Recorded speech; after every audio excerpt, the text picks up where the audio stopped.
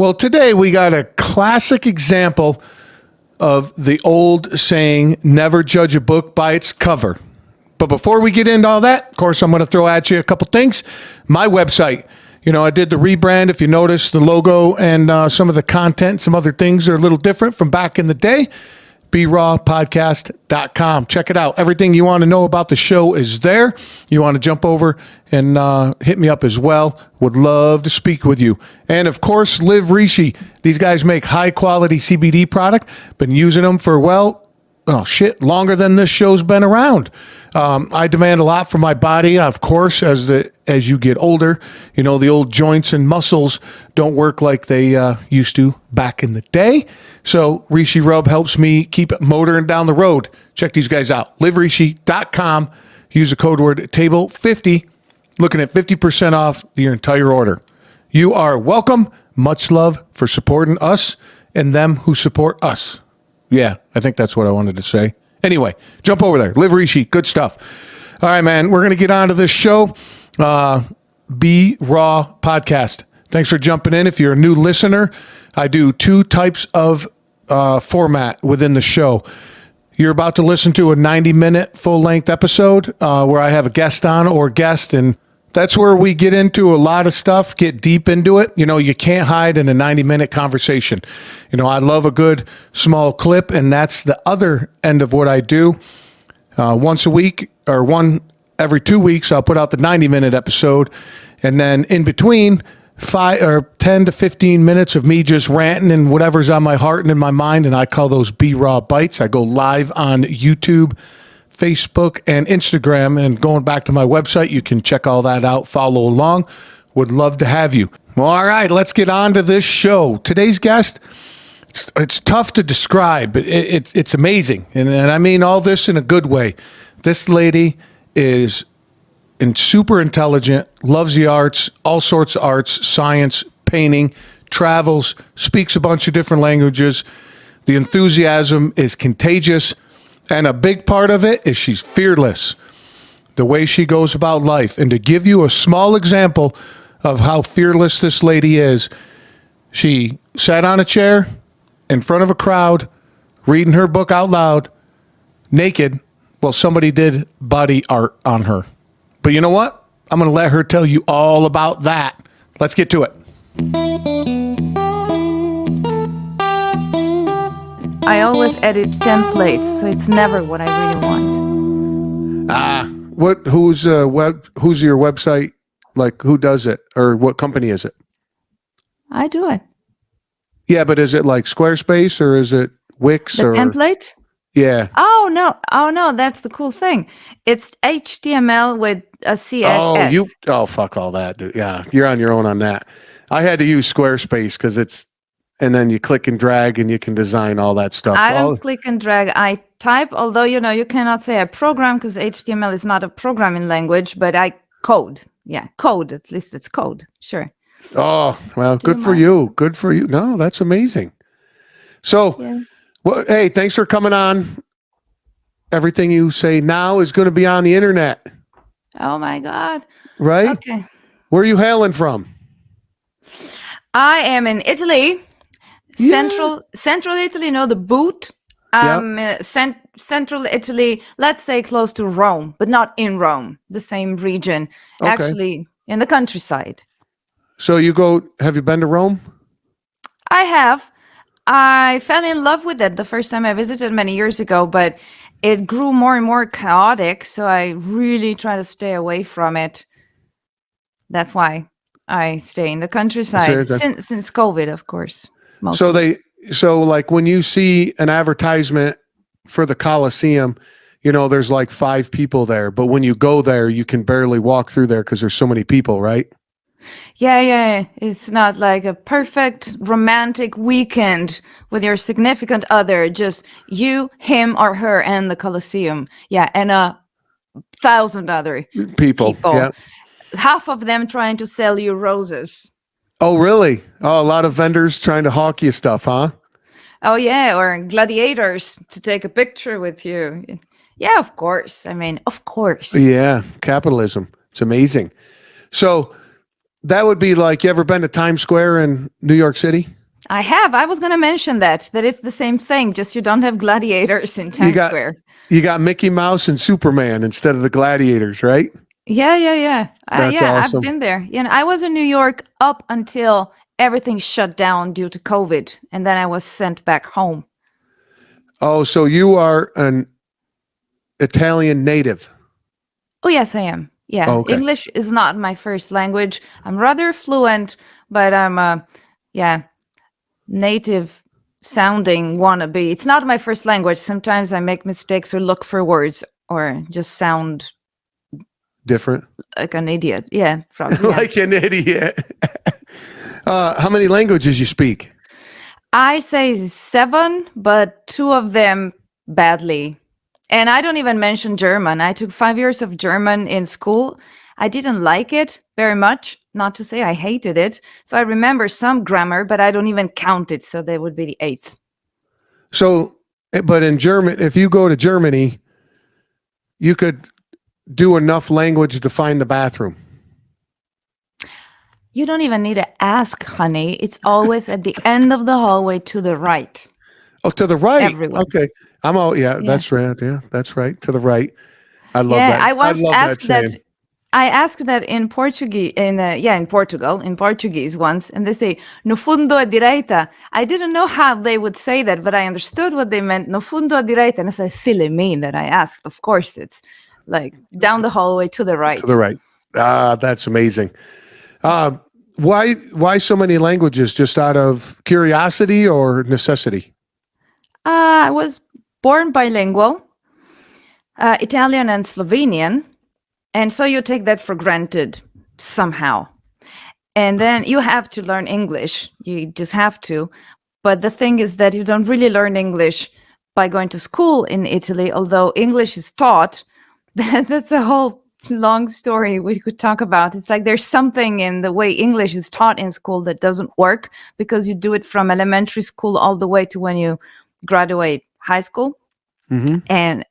And people just don't speak it, don't speak the language. And that's how I make part of my living now that I live here. I just teach English privately to kids or adults. It's just a thing. I don't know if you knew, but it's how it is. Like a little bit in Spain, or there are some countries where people are not just obviously fluent in English, or they could switch, like the Dutch, Germans, or Swedish people. They just have it. Here, it's not like that. So I did learn it in school, but I learned English this well just out of sheer willpower, and only then by traveling, but with music a lot, and all before the internet, by the way. So English came into my life. Fell in love with French at some point. Oh, I was my wife speaks fluent French. I just fell in love with the sound of it, and I couldn't study it in school, so I was stubborn enough to say, well, I want to, very stubborn. I said, now I'm going to learn French. And again, with music a lot, it's amazing how learning lyrics by heart, like tons of them, music that you like. So it's not an effort. You memorize the lyrics and you have a whole vocabulary Sure. ready for Sure. use. Music is a great way to learn the language. And only then I went to France with some scholarships to kind of polish my grammar. And so then I lived in Belgium and I studied Flemish, which would be Dutch. I love it. I really love it. And it's very close to German, but I love Dutch. And like I mentioned, not fond of German, but by studying Dutch, if I went to Germany, or actually when I went to Germany recently, I was surprised by how much I could understand, because now the Dutch helped. And Spanish, I took 3 years of Spanish in school. And of course, being Italian, it's easier. Sure. Sure. So I don't know how many there's Italian, Slovenian, English, French, Spanish, Dutch. And one that I cannot really say I speak would be Portuguese. I understand a lot, but I cannot really speak well. You wouldn't be able to hold a conversation, but you could get along with it if you had to. Yeah. It's funny because they tell you that there are these levels of how well you speak a language. And they change the rules sometimes. Now I think that it is by context, like the basic level is tourism, like to ask just what's the way to the Colosseum or where is the bathroom and stuff like that. And the more you get advanced, you can have a conversation at your workplace, and Sure. then philosophical stuff. I'm not sure it goes like that. I have my own theory about language learning. So there would be languages where I could understand and I could get by. Like I could get by, but I sound ridiculous. You Right. know, it's like me speak a little bit like this, but I get my point across. Right. So I Right. don't Sure. speak the language well, but I manage. Now, And yeah. oh, I was going to say, so I hear quite a bit that the English language is a tough language to learn compared to other languages. Is Uh that huh. is that true for you? I would say this, that up to a certain level, it's rather easy. Depends, you know what? It depends what language you come from. Okay. I mean, you see, all of these languages I told you, wow, so impressive. She speaks so many languages. They are all European languages. I'm Italian. So once you speak Italian, to speak French and Spanish is just like a small step to the side, you know? Okay. Yeah. It's almost about learning the differences. It's not a whole new language. I tried to study not to study Arabic. It's that I lived in Egypt for a short while and I picked up a little bit, but it was so damn difficult. And I tried to study Chinese just to understand how it works from scratch on an online course properly from the ABC. And I think I quit at B. You know, it was just too different, Right. too Right. different. And yeah, maybe I didn't have the love for it, because I think that when you love something, your brain is ready to embrace it. You open up to that thing. So Yeah, and if you don't have a passion, and this goes for anything, not just language, if you don't have a passion for it and a love for it, the as soon as you get a little bit of resistance of it, you're going to be like, I'm out. Nah, I'm good. yeah, I think absolutely. the love of something carries you through the time where it's difficult. But you could say Do you that about speak other everything. languages? Sarcasm. Oh, That's it. I'm fluent. I'm fluent. Oh yeah. So my our son, he's 18 months old, and from the beginning we've taught him rudimentarily sign language. Right, he knows a bunch of little words here and there, so he could communicate with us. Because when he's 13 months old and a year old, he would, well, he knew it by then. We were looking forward and saying, if he's not physically talking, it could be very frustrating to communicate, right? So if he wants something, him pointing and grunting at it, I don't know what the hell you want, right? So it's this, or what? So right from the beginning, we've taught him sign language, and that's helped tremendously, and it's helped me too. You know, I know a little bit now, and it's just please, thank you, you're welcome, more. I'm all Hmm. done. Let's go. You know, come on, move. You know, all just kind of these kind of things. Yeah. And of course, mom, dad, I love you. You know, that kind of thing. Yes, no, and What else do you need? What else do so you well, that's need, what actually? Come right, here, go there, give me that. I don't want. and Yes, no, mom, dad, I love you. I hate you. that's it, and You know no, where the bathroom is. that's it. You know, he points and he'll say, you know, he'll point and he'll say more, right? You look, now he can physically say it. He'll point and go more, more, more. You know, it's cute, but what's fun is the vacuum cleaner. He is not a fan of the vacuum cleaner. So when Uh-huh. the vacuum cleaner gets fired up, he runs over to it while it's running, points at it, points at me, and goes, "All done, all done, all done, all done." And he'll sit there and say that until you stop, till you shut it off. And then for a few minutes, or not a few minutes, but for a few seconds after, he's like, "All done, all done." I go, "Yeah, we're done, buddy." And he'll do that until you put the cord around it and put it in the closet. And then he doesn't say it anymore. So Uh-huh. it's Well, kind of fun. But so then my wife reads to him and speaks to him in French, right? And then the school he's in teaches him Spanish because around here, you got to know a You're bunch of talking about a Spanish. different son. No, my son. 18 months old. Yeah, they teach him 18 how. months old? Yeah. He's been exposed to Spanish in school? We put him in school when he was 4 months. And from day one, they speak to him in Spanish and English, of course. But so like we'll get on the elevator. We live on the second floor. And I'm like, what floor are we going to, buddy? He's like, dos. Cool. That's 2, right? And I hold up my fingers. I go, that's 1, 2. And he goes, 1, 2, dos. I'm like, all right, well. So, and then they sing to him in Spanish. But so somebody asked me, goes, geez, how many languages are you going to know? I go, 4. Well, 5, really. English, sign language, French, and sarcasm. I'll teach him sarcasm. So don't worry about that. Because my wife and I talk back and forth in sarcasm. So he just picks that up.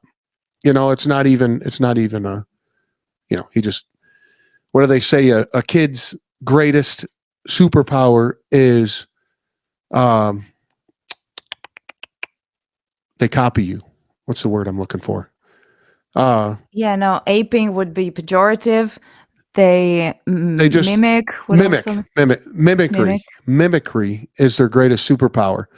And I see it all the time. Like I'll do something. Was it this morning or last night? Well, it was either this morning or last night.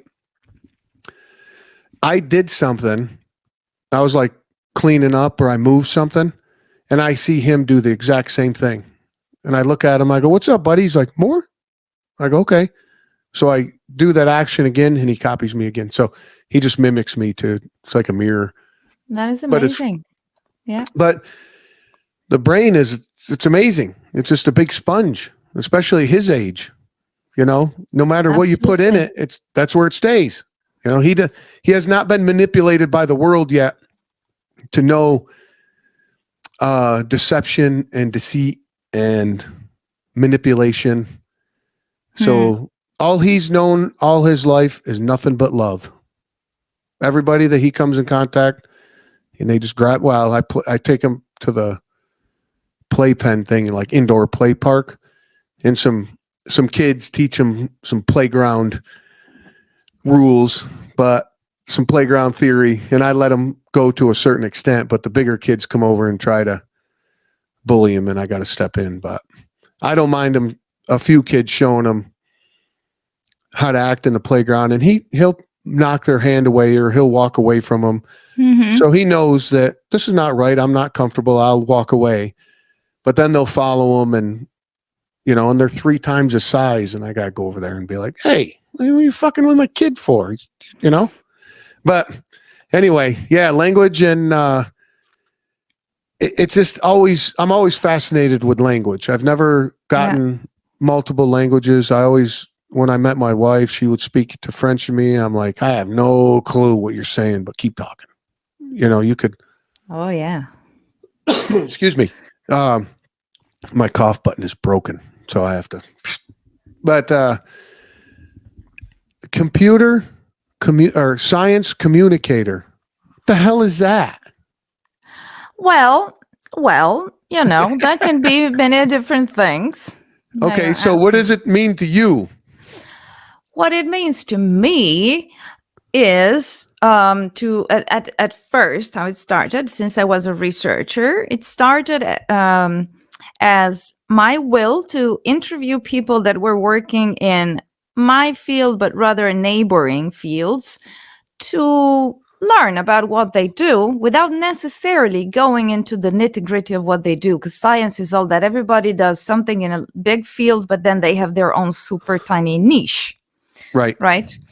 And I was traveling a lot when I was a researcher before COVID, and I was meeting all these amazing people. And at the same time, I was listening to podcasts, etc. And at some point, it just came together. And I thought, I think I should have these interviews on tape, which is exactly what you do. You're just collecting stories that someone may be interested in. It can be more scripted, less scripted, free flow, personal stories, or something about your profession. That I felt was just of value. And so I started my podcast, Technoculture, in 2018, by interviewing fellow scientists like that, but in a way that could be accessible for everyone. Because I liked to think of my audience as not made out of people that have any specific knowledge, prior knowledge to listening to the podcast, but they're clever people, so that if you explain something to them, they will get it. So we can talk about anything we want as long as we don't take too much for granted and we speak clearly. Every Sure. concept is clear in context. So that is why it's a podcast for everyone, what it's science popularization, because you don't need to be an expert to listen to it. But the people speaking on the podcast, they were always experts of some field, either in technology or, you know, something related. Technology is a huge, huge field. So cybersecurity or robotics, and then transhumanism and the, you know, human body, the flesh merging with machines, or the arts and performing arts, especially when technology is being used and all of that. And then I developed that and it started, you know, expanding. So it moved to, I spoke about COVID. I spoke about, you know, the technology is always somehow present, but it doesn't need to be about the technology. Actually, that's what my podcast is not, because you will have podcasts where they talk about the latest technologies. My podcast, we talk about technology and research, but it's almost not a pretext, but a lens through which to observe how society evolves, how this technology impacts society. Why do these things emerge? Why now? And all of these things. I like. I'm a huge fan of all that stuff. I like it when probably somebody that just about everybody knows. What's his name? Neil deGrasse Tyson. Tyson. Tyson. Yeah. Astrophysicist. Yeah. I enjoy him on TikTok because they're short sound bites, right? They're only like a minute long or 2 minutes long. But the way he talks, he doesn't make me feel like an idiot. Right? So that's what you're saying. So you get these people on here that are specific in a specific field that they could probably melt my brain if they wanted to talk. Like if they were talking peer to peer, they'd probably melt my brain. But on your show, I could understand, be like, no shit, and just having fun listening to them talk, right? Is that a good assumption of what you got going on there? Well, I'll say more. I'll say that scientists really need to be good at talking about their field, because they will not exactly take you to the very details of what they're doing or the advanced stuff. Very much not because other people are less intelligent, but just because there's so much context you lack.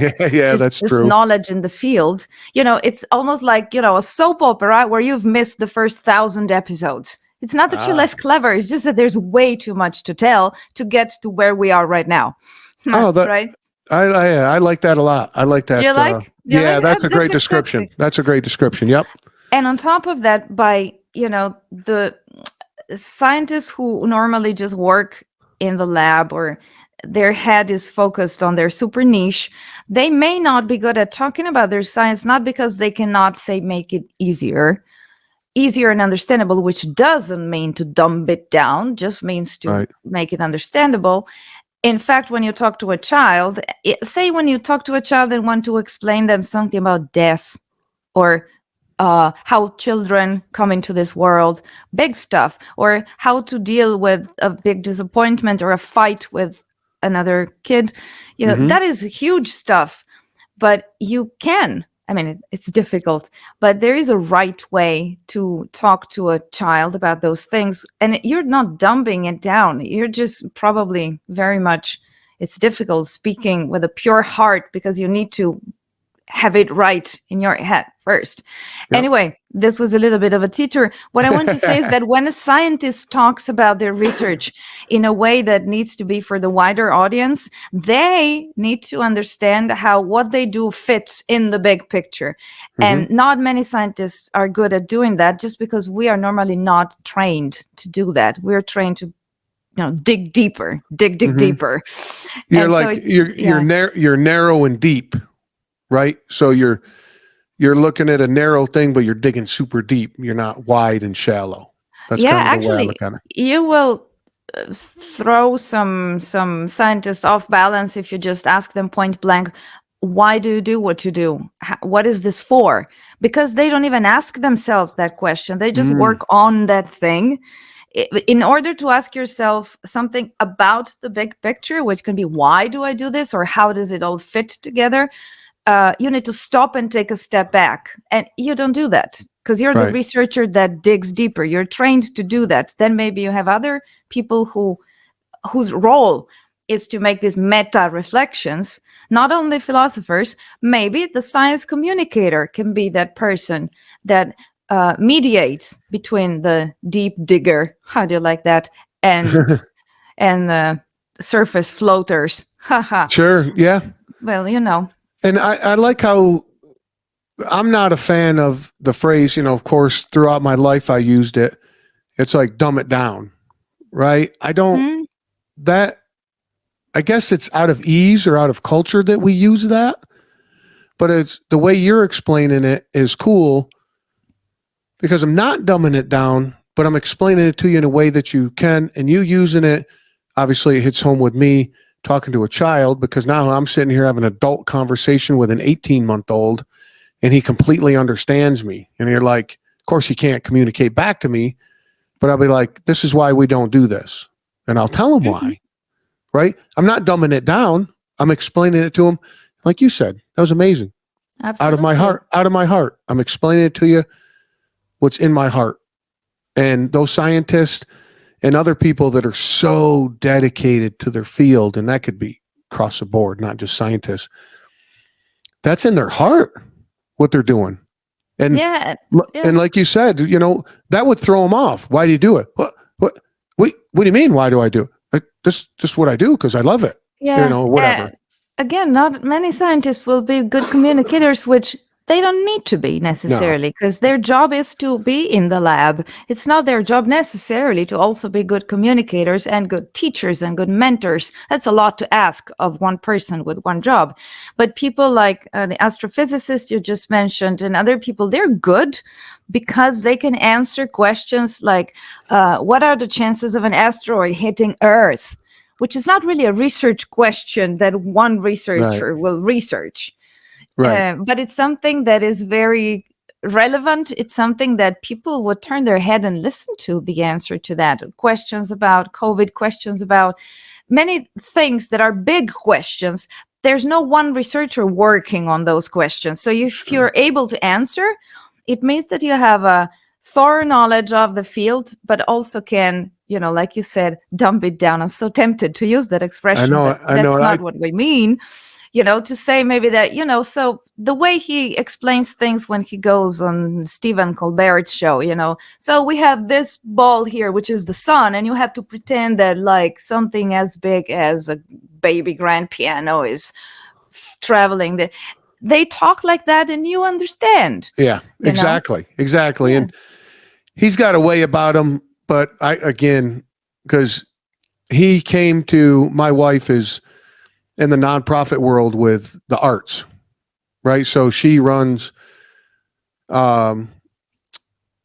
it's New Jersey Performing Arts Center, and she's in the corporate side. So she goes to big corporations and asks them for money, right? To support the arts. So these types of people come to this place. It's one of New Jersey's biggest performing arts center. So comedians and all that coming. Tyson was coming, and my wife's like, "You like that dude?" I go, "Not for an hour. No, no. I give me 5 minutes with him talking. I'll be like, I'm done. He's entertaining, and I like him again. TikTok is perfect, or YouTube Shorts are perfect. because they're 2 minutes at a time. It's all energetic. And I'm like, that was cool. Next. But Right. that's So just my, different. I don't even use TikTok. I tried and it just didn't work for me. And I thought, I'm old. I'm just see, old. last was about 8 months ago, I got on it because I listened to this guy and I just enjoyed listening to him. You know, we all have people that we enjoy listening to and like their advice. And he's like, it's not for, TikTok's not just dancing teenage girls anymore. You know, there's business on there and there's just different stuff. And I said, you know what? Fuck it. I'm going to get on there. And I've gotten a lot of good responses from it. I've met some amazing people. There'll be guests coming on this show that I've met on TikTok. And just like everything else, it's the algorithm, right? If you look at my Facebook page, it's nothing but memes and people showing that they're at the football game with their family and, fun stuff like that. You look at my brother's Facebook page, it's nothing but politics, right? So it's whatever you're looking at, that's what they're going to show you. There is more. Exactly. Yeah, more. Exactly. More. But there is this guy because people are like, oh, they're forcing stuff down your throat. This is what they're showing you, and this is because that's what they want to show you, and that kind of thing. So he did this experiment where he did nothing but look up puppies for 7 days on all platforms. And within 4 or 5 days, not even, I think he said 4 days or 5 days, whatever it was, his feed was full of nothing but puppies. Every single feed, all his advertisement, because they pop up advertise, right? Yeah. Everything was for pet this and pet that and puppies this. So it's an echo chamber. So going back to what you said about TikTok, if you look at my TikTok feed, it's comedian clips and inspirational stories like people that fucked up their life and they're getting back on track. And this is what I do on a daily basis. That's what my feed is full of because that's what I look at. So, if you look at nothing, if your friend is, I'm 45, 47, and some of my buddies are like, oh, there's nothing but naked girls on my TikTok. Well, that's probably what you're looking at, dude. Look at mine. There's no naked girls on here. So it's not TikTok. And the other thing too, this guy I follow, he made a just amazing good point. Social media is empty. It's an empty platform. Do you know that? What do you mean? There's nothing gets put on all these social media platforms except what we put on it. So it's not sure. Do people buy advertisement and everything? Of course, it's capitalism. This whole country is built on capitalism. I don't mind that. But if you think Instagram is the devil and ugly and this, that, and the other one, just fucking turn it off. The other thing too is that's what people are putting in it. It's not Instagram putting these posts up and yelling and screaming about everything. You can easily have your feeds full of whatever you want to put in it. Me, again, memes, jokes, that kind of thing. And that's what is in my feed. But anyway, I think you should be. The stuff I'm going to ask you here, because I got a list. This stuff belongs on TikTok. What? The woods thing and the body paint. Yeah. I'm telling you, you get on TikTok and mix that up. All it is like I'll be driving to somewhere and I'll just pop the thing open and talk for a minute and post it. Or I I love creating stuff. I just love creating posts and stuff. So that's what I put on it. But what you did with the body paint, I got to ask you about that. What inspired you to do that? I was obsessed with body paint. I've been obsessed with that for many years, and it's not something that I don't know, I needed in my life to the point that I would seek someone that does that to get it done, or maybe pay to get it done. I just knew that I loved it and that I would like to try it one day. I actually got a face paint in Belgium back in 2018 with a great artist, and that is the cover art of my podcast. Is that the one on, like that looks like a computer chip? Exactly, like a motherboard. That's amazing. That's not photoshopped. That was a face paint. That's amazing. Beautiful. Oh, Beautiful. I wished it was permanent. Just beautiful. permanent? And You mean like Mike Tyson on his, the tattoo on his face? I love it. Love it. Oh, that's awesome. It was so good. Like if you looked very close, I could look from a mirror, but my friend photographer looked when his eyes and he said, even if you look closely, it really seems like someone peeled your skin away and underneath there's that, because this girl was just not good with the design. She was trained in doing special effects for video, etc. So the line that I had crossing my face really, not just in a picture from afar, if you looked close, it really seemed like it was peeled away. It was just gorgeous. It was beautiful, beautiful. Yeah, because on your website, I blew up the page, right? So when I looked up your website, I magnified it because I wanted to see the detail in it. That would be not the website that is on screen right now, the federicabressan.com. That would be podcast.federicabressan.com. Okay, no problem. We'll put the link in the show notes. Because, I have different websites for the podcast or for my professional profile as a science communicator. Then there is my site as a researcher, which would be research.federicabressan.com. They're pretty easy. Okay. No problem. So podcast.federicabressan.com, or you just Google Technoculture Podcast and that what comes up. And on the main page, or if you look Technoculture Podcast in the podcast apps, you will see that's the cover art. That's beautiful face paint that I got there. And I was very excited about it. And I was already dreaming like, oh, what if my entire body was covered with this? Beautiful. And then recently I did have this idea. I don't know, maybe someone proposed it to me, or I had the idea to do a book presentation for the novel that I just published as a performance, where I would read passages from the book. Maybe there would be some music or, something that creates a story while someone is painting a landscape of Tuscia, which is the name of the region where I live now, on my body, because I'll tell you a bit more about the story in the book if you wish, but it created a poetic effect, an artistic effect. And I got just, let's say, a smaller design on my back in July this year, 2022, but beautiful again, because it seemed like, in this case, it wasn't peeled away, but my back was cracked like a rock. And inside was this beautiful landscape. Oh, that is awesome. Awesome, beautiful. And it was done live on stage by this artist while I was reading the book. Is that on a video? Did you tape that?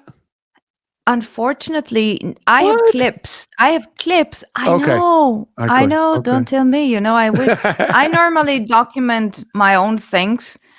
I'm a pretty, advanced level selfie queen with my tripod and stuff. Like many pictures you see of me on my social media are actually selfies, but you would never guess they're selfies. But sometimes when I would really need to move the camera, come close, I cannot do that. And I'm not Mariah Carey, so I don't travel with a team of people. Yeah. Yeah.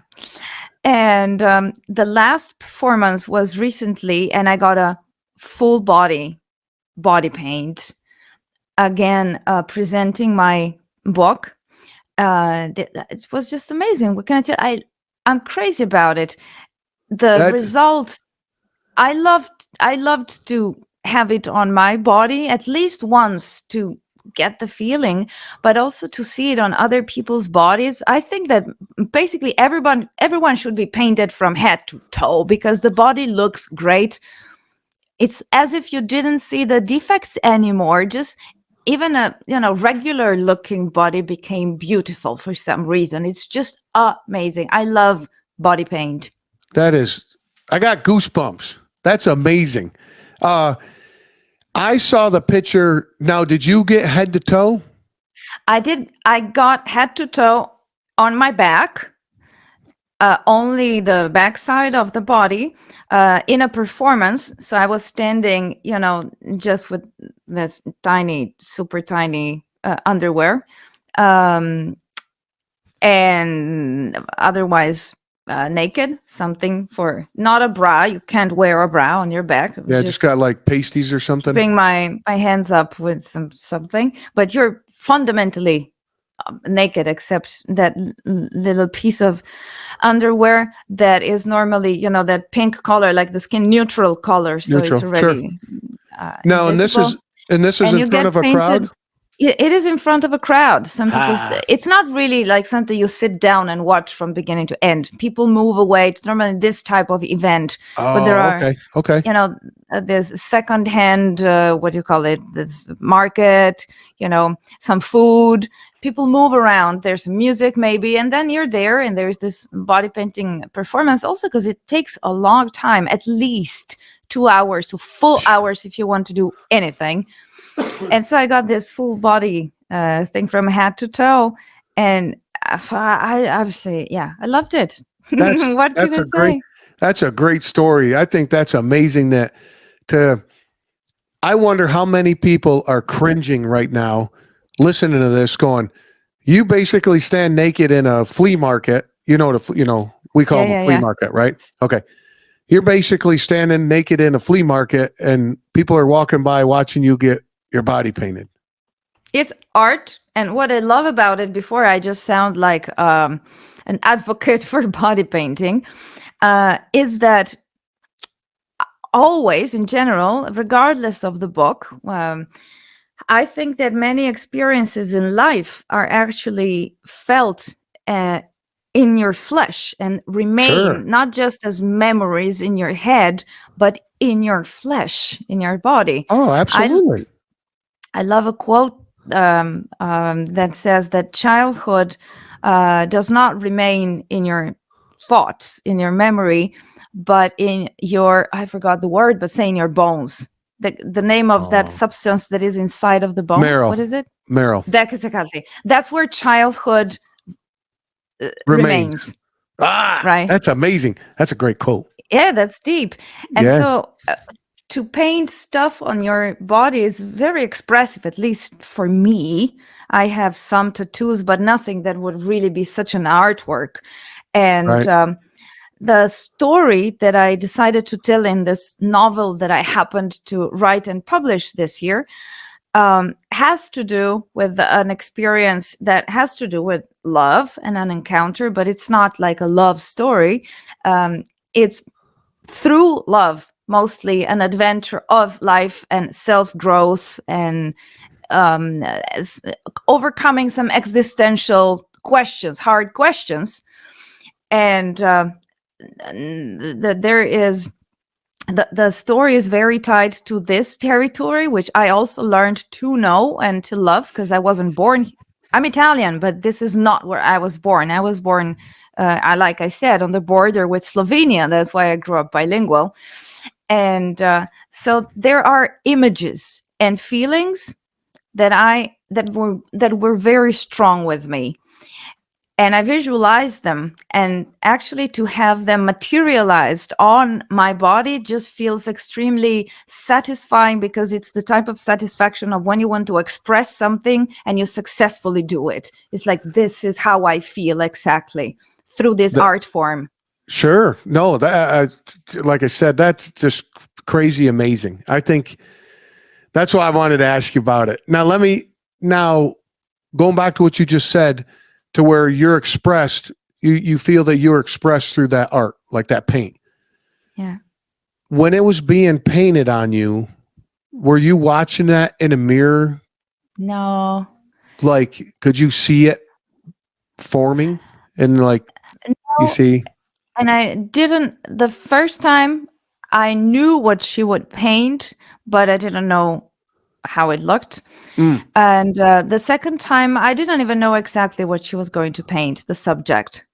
And you cannot oh, tell. It's so funny because you feel every touch, but sure. it could have been a house and it could have been a piano. Like, you cannot tell. That's trusting to let somebody put that on there. Did you have a conversation? Was the artist a her or him? Both times it was a her, different person. Okay. Did you have a conversation being like, this is what I would like? Or you just said, you took your robe off and went, go after it? Well, because it's connected with the book, I gave ideas, I pitched ideas, Okay. broad, themes. Okay. And then the first time was when you were reading from the book while you were getting painted, correct? Yeah. Was that in front of a crowd? It wasn't a big stage. That's cool. God damn, that's really neat. Outdoors this summer. Did you have fun with that? Was that a crazy experience?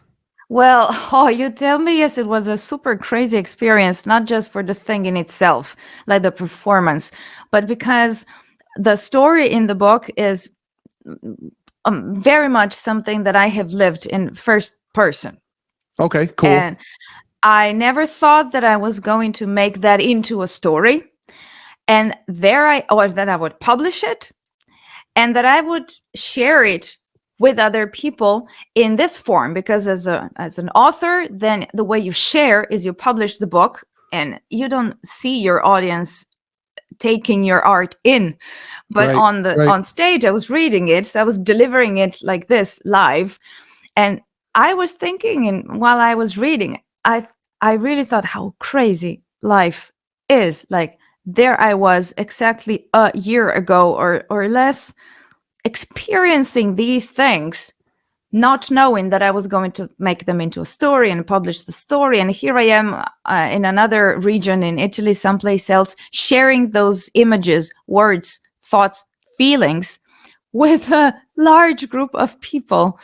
Just random, like that gave me goosebumps. Yeah, absolutely. And people that are listening to this just audio and they're not watching the YouTube channel, first of all, you should jump over and get your ass on it.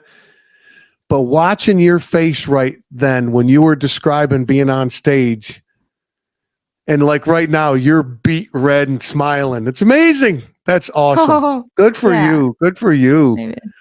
Yeah, that's a great story. But the thing is, though, so you're saying your book is about something that happened to you? Is that right? Yeah. Okay. I mean, there's a lot of my personal experience. So what made you want to put it in a book? Yeah, good question. It's that at some point this is a story that unfolds over a summer, if that's correct English. So the story lasts a summertime, so to speak. And it is the case that is true about last year's summer.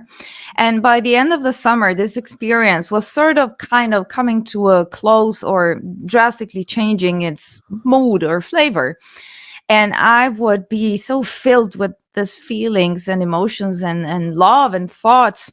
And at some point, I've always written very much, and I've always loved writing. And I have even more consciously in recent years discovered the therapeutic or cathartic effect that writing can have. And this has nothing to do with publication. You just write for yourself. You just put your thoughts on paper. And so I sat down one evening, I remember, just out of burning urge. I just had to get these stories, basically everything I had experienced over the summer kept passing before my eyes, like obsessively, like in a fever. And the beautiful images, it wasn't nothing tragic, And I sat down and I just had to say it. I literally just had to say it. And from the beginning, it started like a story, like you tell a story, like give an example. If you ask your grandfather, tell me how you met my grandmother, how was it? And he could just answer, say, oh, we were here and there. Or he could say, well, son or grandson, kid, it was beautiful, early May, and Sure. cherry blossoms were like this, he can Yeah. introduce the scenario like that, and it's already a story. Yeah. So what I want to say is that, just in case, because I'm often asked about this because there is an overlap with my personal experience, I have to make the disclaimer: this is not my journal, not an account of what happened. Oh, okay. It's Okay. it's something that came from my experience, but even me writing it, I was observing, first of all, I was observing. It was just coming out of me. I didn't make many conscious decisions as to what to omit and what to, emphasize. So you were I just like, wrote it. you were data dumping, Boop. Right? You were just dumping everything on a page. Now, were you physically writing it or were you typing? Typing on the computer. Okay. I just wanted to- Typing. And I was doing it for myself primarily. And I started at the end of November last year, and I finished early January of Wow. this year, 2022. Not that I was writing every day, but this is the time it took to put the thing together. And it's so hard. I don't know if I ever write another book and it will be easier to talk about this, because there's something magic about it. I love the way it turned out, but the omissions or the way I put something or the authenticity, you see, it doesn't matter if what happened and that I tell in the book is true or not, but it's authentic. And I think that's why it will speak to people. Sure. It's authentic to the point that even if it's a woman living a certain thing in a certain context, she has certain existential questions that resonate with everybody. So someone may not like the book. I mean, come on, many people will not like the book. That's okay. But I think that if there is something that this book can give to people, is this authenticity, honesty, and it's very straightforward. It's very easy to read. I didn't want to make it complex and philosophical. Again, you see, you can transmit very deep and even complex existential thoughts in a very plain language. Almost poetic. Actually, poetry, that's what it is. In a few words, it condenses a world, right? Yeah, absolutely. So it's this story very much based on something that I have lived last year, but at the same time, it really transcends my experience. And I loved writing it. I didn't make it up much. This is not fiction in the sense that I sat down there and came up with a story. Like, I'll never know how Tolkien wrote Lord of the Rings or someone wrote Harry Potter. I don't think I'm that kind of, what I want to say, creative thinker. I don't come up with totally fictional characters. You I write, always, write from the heart, right? yeah. Or when I resonate with someone else, I maybe can write from their perspective, but it's not Okay. fantasy.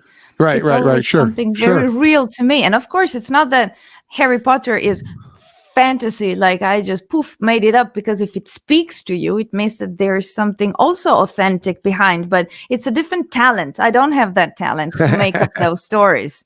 Yeah, yeah. No, your enthusiasm that's coming through the microphone and you talking, and again, your body language and everything, people just need to see it. If even if a fraction of that enthusiasm is in the book, you gotta fucking read it. Look, I think that I have so much respect for literature, and I think that there is enough stuff that gets printed that, what is a paper is patient? Is that an expression? What is it? What did you Paper say? is patient. Actually, that's a literal translation from a Dutch expression, papier is geduldig, which is the exact translation of what we say in Italian, which is la carta si fa scrivere. That means basically what I want to say is that just because something gets written on paper, it's not necessarily good. And oh boy, we publish a lot of books nowadays. Every day so many new books get published. So I resisted very much before publishing this one. I just wrote it, and I felt that sense that I described before, like, I got it out of me, and I said it. and I shared it with some friends, also in English, because I have so many friends abroad that anything I do, the first thing I do, if it's in Italian, I translate it to English. Hmm. So I circulated it a little bit among, you could say, 40, 50 people, friends, and they read it. And some of them started saying, I thought as a joke, why don't you publish it? Just because it's a book doesn't mean you should publish it. Right. Maybe, why don't you publish it? And they were insistent. And at some point I said, well, you know what? Why do I have to decide that this is not worth publishing? I'll do what you do in scientific publishing. You submit your manuscript to an editor, and they will tell you if they are interested in Ah, it or not, if it's good or if it's not good. Actually, a commercial editor or a publisher will not tell you if it's good or not, but whether if it works or not in yeah. Well, yeah, sales. yeah. But the So I thing is, sent, oh, I just want to say this because probably, it's something that I like to say. Um, I sent the manuscript to 9 publishers in Italy, here in the region, and within the week, 4 of them responded that they were interested to publish the thing basically as was. wow, nice. Congratulations on that. That's Yeah, pretty cool. 4. That's pretty cool. That's not usually you get I sent it to 50 people and We regret to inform you. yeah, yeah, and 48 of them ghosted me, and the other 2 were like, "Yeah, we regret to inform you." So Yeah. nice job, nice job. But the thing is, though, when you sitting there with regret, saying or not regret, doubt, saying, "Should I publish or not?" Now go back to your podcast when you start that in 2018. Correct me if I'm wrong, the same reason I started mine is because this is what I enjoy doing. This gives me a platform to enjoy doing. And my thought was, if I enjoy this, there's got to be other people that enjoy it as well. That wasn't my thought process. You were just like, no, but like on your book. So if that made you feel good. No, that wasn't. No? See, that's my thought process. Like if I really think it's fun and it speaks to me and it flows out and I can't stop thinking about it, there's got to be other people that enjoy it or are touched by it in some way. So that's my way to, yeah. We're just different. I think we resonate with different things. I think you're completely right. I just don't think that way. But because I would respond to that by saying it would feel presumptuous of me. I would feel presumptuous to think that if I enjoy this, then other people will. But I just don't resonate with that thought. That's why I think like that, because I resonate with authenticity. And I think that if it's authentic, or I think it is, I feel it is, I know other people will know it's authentic. Then they will respond the way they want, but it's true. It's real. It's real. It's real. And that really speaks to me as well. When I watch something, read something, listen to something, the authenticity comes out of it, or the lack of authenticity. If they're phoning it in, they're just doing it because they think that's the new thing and this is what I should be doing. I just can't listen to them. You can tell by listening to them that that's what they're doing, Me, anyway, I can pick that up. Well, I can tell you that some thoughts I had to overcome before deciding to even submit the manuscript to the publisher was, does the world need another book? Of course not. And I wrote this and I'm satisfied. My friends read it, so they know. Like, why? Who would want to read something I wrote? So, there's that voice that puts you down a lot. Absolutely. Yeah. Yeah, and the answer, actually, the way out of that is not, oh, yes, the world needs another book. And, oh, yes, people will love what I wrote. It's just the world could do without another book. But you know what? Why not? It's something nice. I'm not killing anyone. It's something nice. Why not? It's just an offer to the world. I don't push. In fact, what I'm truly interested in is circulating the energy of the story or the story itself, not pushing the sales. Well, at all. Well, that should be a side effect. You hit a home. See, I agree. I've been in sales my whole life since I'm 20 years old. And I agree with you 1,000% right there. And when people come on my show and they have some product, I get hit up all the time. I want to come up and pump this product. And it ranges from perfume to cars, and it's crazy. When you hit me up, I researched you. I found you very interesting. And I'm like, I would like to have you on. But then we talk and I say, hey, listen, we're not going to spend an hour talking about your book, because I believe, people listening to our conversation and they hear about your body painting and your languages and the places you've been and that type of thing. And then at the end, you're like, oh shit, she's got a book. I'll check it out.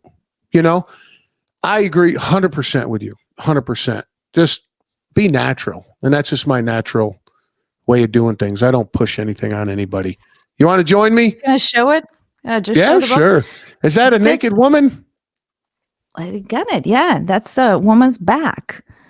And if you read the story, you'll know why that heart is there and all. And of course, this is in Italian, but you find it also in English and Dutch on Amazon as ebook. Okay. With pictures, color pictures. This doesn't have pictures. Okay. And I'm working on printing the English version, but then I'm not sure how to get it around the world. But the ebook is less. It's also less than $3. So I really don't feel ashamed or guilty telling it, because it's really coffee. Well, and I was going to say they'll spend more than that on Starbucks. So please notice. Yeah, I like that. I like that. Matching nail polish, because now it's. I like your marketing. That's amazing. I like that.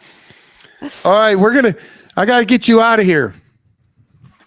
More. I got to have you back on because I still have a bunch of questions. So more. I get you. That's amazing. Thanks for coming on. Thanks for having me.